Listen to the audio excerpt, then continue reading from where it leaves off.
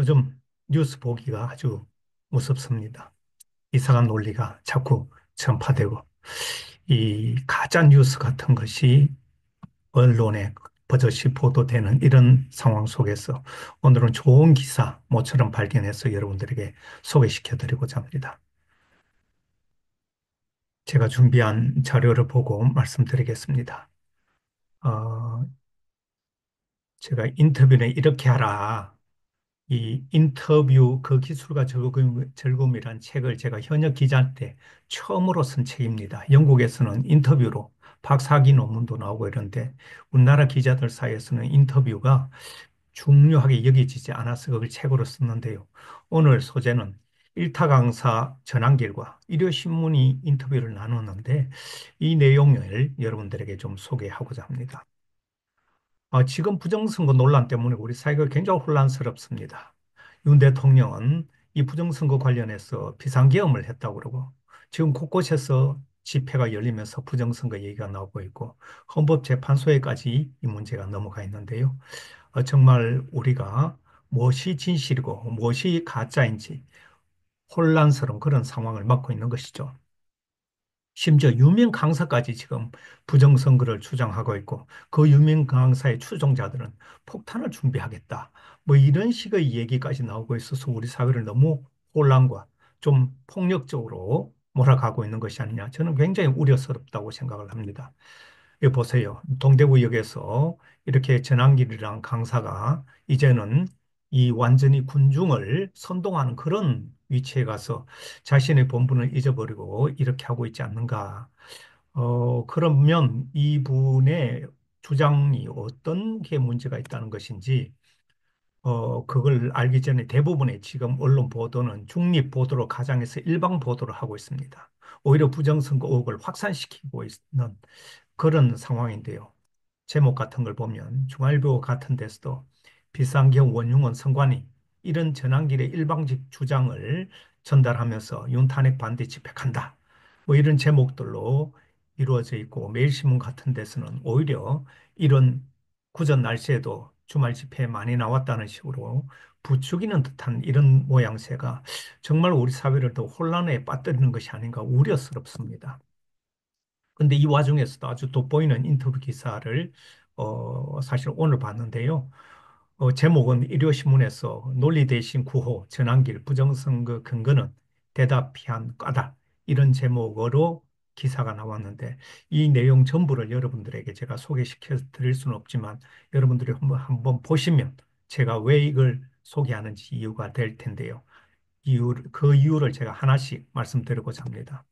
우선은 제가 잘 된 인터뷰라고 꼽은 5가지 이유 중에 첫 번째가 이 인터뷰 당사자가 핵심 쟁점을 회피하고 있다는 것이죠. 이 부정선거 의혹의 구체적 근거를 묻는 기자의 질문에 지금은 헌재의 시간이다. 이런 식으로 답변을 회피하고 근거를 제시하지 못하고 있다는 것이죠. 이것은 자신의 주장을 뒷받침할 그런 객관적 증거 제시 없이 감정적 구호만 반복하고 있는 것이죠. 또 두 번째는 사법부 편향성을 주장하고 있습니다. 물론 사법부가 편향된 그런 주장은 할 수 있지만 지금 이 특정 사안에 대해서 정 강사는 정치적 편향된 재판관들이 법치를 망가뜨리고 있다. 어떤 부분을 지금 얘기하고 있는지 이 구체적 근거 없이 추측성 발언만 나열해서 사법부에 대한 불신을 조장하고 있다는 걸 이 인터뷰는 잘 보여주고 있습니다. 이 정 강사는 자기 확신에 찬 그런 태도를 보였지만 정작 기자의 질문에 그 답변은 논리적인 근거를 보여야 되는데 감정적인 구호로 일관했다는 것을 이 인터뷰 기사는 보여주고 있어서 정 강사의 주장이 객관적인 증거에 기반하지 않는 개인적인 신념이나 정치적 성향을 드러낸 것이다. 이렇게 해설하고 있습니다. 네 번째는 부정선거 음모를 확산하고 있다는 것이죠. 지금 정강사의 부정선거 주장이 2030 세대 청년들 사이에서는 이 부정선거 음모론을 상당히 확산되고 있는 양상인데요. 이런 유명인의 발언은 대중에게 큰 영향력을 끼치기 때문에 객관적인 근거 없이 제기된 의혹은 미디어가 확인하고 검증해 주는 것이 그게 미디어의 역할입니다. 그런데 지금 현장에서 그런 구호나 전달하는 그건 미디어의 역할이 아니죠. 마지막으로 언론의 역할을 제대로 했다는 것입니다. 일요신문 기자는 정 강사의 주장에 대해서 끈질기게 반복 질문하면서 객관적 사실과 다른 부분을 지적했는데요. 그의 주장을 검증하려 노력하고 이런 것은 바로 언론의 사회적 논쟁에 대해서 균형 잡힌 시각을 제공하고 잘못된 정보를 바로잡는 중요한 역할을 하는 것이죠.